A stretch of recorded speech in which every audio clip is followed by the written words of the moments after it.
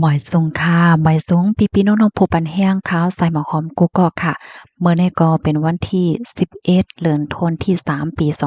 2525ในตอนรายการเฮาค่ะตอนในเดี๋ยวอ่อนเอาพี่ๆน้องๆเฮาค่ะมารับชมด้วยข่าวเงาลองคืบหน้าเกี่ยวกับลุยลองตุ้งหนึ่งจำนวนดิบลิกดิวเวิงเกียงใหม่ว่าจังหนังในค่ะ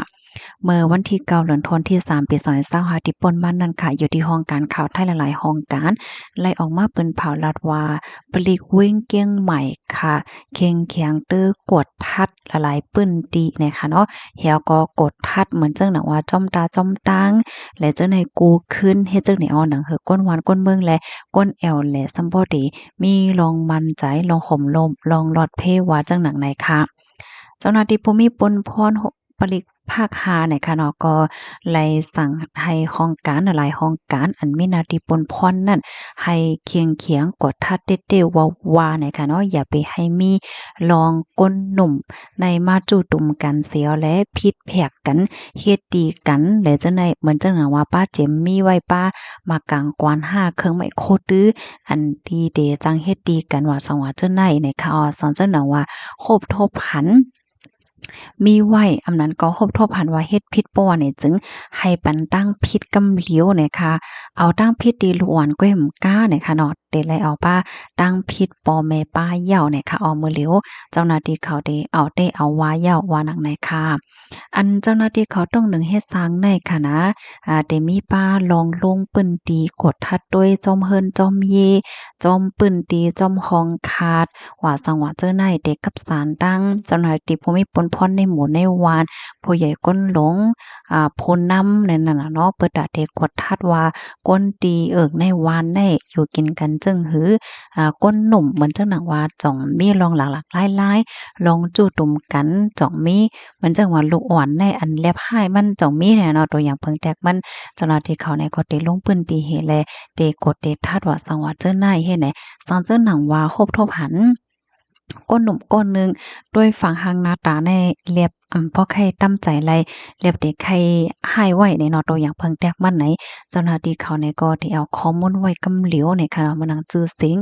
ว่าอยู่ที่ไรสังสิงจังได้ปื้นโตแก็บได้เอาไว้เฮ็ดไหนค่ะเลยเห็นนั่นก็เจ้าหน้าที่เขาได้กับสารป้าห้องการฝ่ายป้ายปิ่งหยาในเปิดดาเดจังโคมมือกันเสียวและแกลิด เกลิดเฮกังหนังหือติอำเกิดขึ้นเป็นลองพิษแผกกันในเวงเถียงว่าจังหนังไหนแหน่ค่ะหรือเซนั่นค่ะเจ้าหน้าที่ภูมิปนพ่อนเขาในก็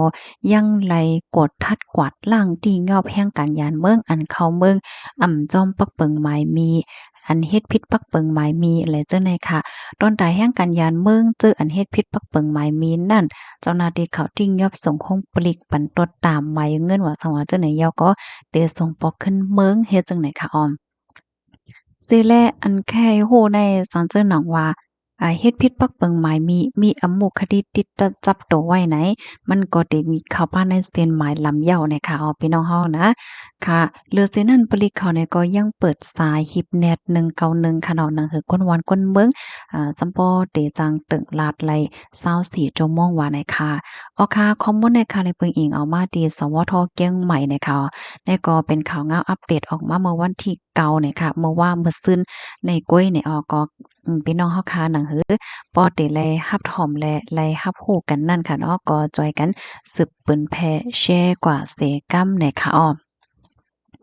อันนี้ก็เรียกเลยว่าเป็นอันลำลองย่อก็ลองใหญ่ค่ะเนาะมันบอกว่าเจ้าหน้าที่เขาในเปิ้นเนี่ยก็เดเข้งแข็งเหมือนหนังว่าดีอยู่ดีเศร้าแหละจังไหนป้านั่นค่ะน่ะอ่าจึงหนังพี่น้องค่ะหลายก็มอยใจค่ะเนาะปลาเนาะตัวหนึ่งมันเด่นเราตั้งทรายโยดไอ้นั่นน่ะบางเปิ้นตีก็ตื้ออยู่หยับมาเนี่ยเนาะเปิ้นก็ได้เข้งแข็งกดทัดเฮ็ดจังไหนค่ะเงาหลายที่อันพี่น้องค่ะอยู่โลซ้ำเป็นพ้องในค่ะเนาะก็แชร์ในกันหลาย โอบในกันเลยค่ะ อันข่าวมาใจถึงพี่น้องค่ะแค่ฟังนำได้ก็ว่ามือเดียวในค่ะนะป้อเหมือนจึงหนังว่าเจ้าหน้าที่เขากดทัดควบทบหันก้นหนุ่มพิษๆเนี่ยแหละเนาะตัวอย่างมันเพราะว่าเป็นก้นหนุ่มแห้งการเนี่ยแหละเนาะเฮ็ดพิษเฮ็ดเปิงว่าสังว่าเฮ็ดจังหนึ่มใช่ค่ะกำในป้อเปิ้นมาถามป้อแม่ค่ะเนาะป้อแม่ลาดว่าอำฮู้ค่าอำฮู้หันจ้อมเนี่ยมันหลายยาวเนี่ยค่ะ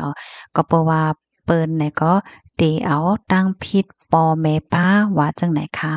อันนี้ก็ขย้อนป่องเลี้ยงในพันกูก็นะจอยกันสะเปิ้นแพร่แชร์กว่าเสกำให้ไลรับรู้เสียวก็เข้าใจทิ้งซิมลูกล่างโตเจ้าเก่าไผมันไหนค่ะเนาะ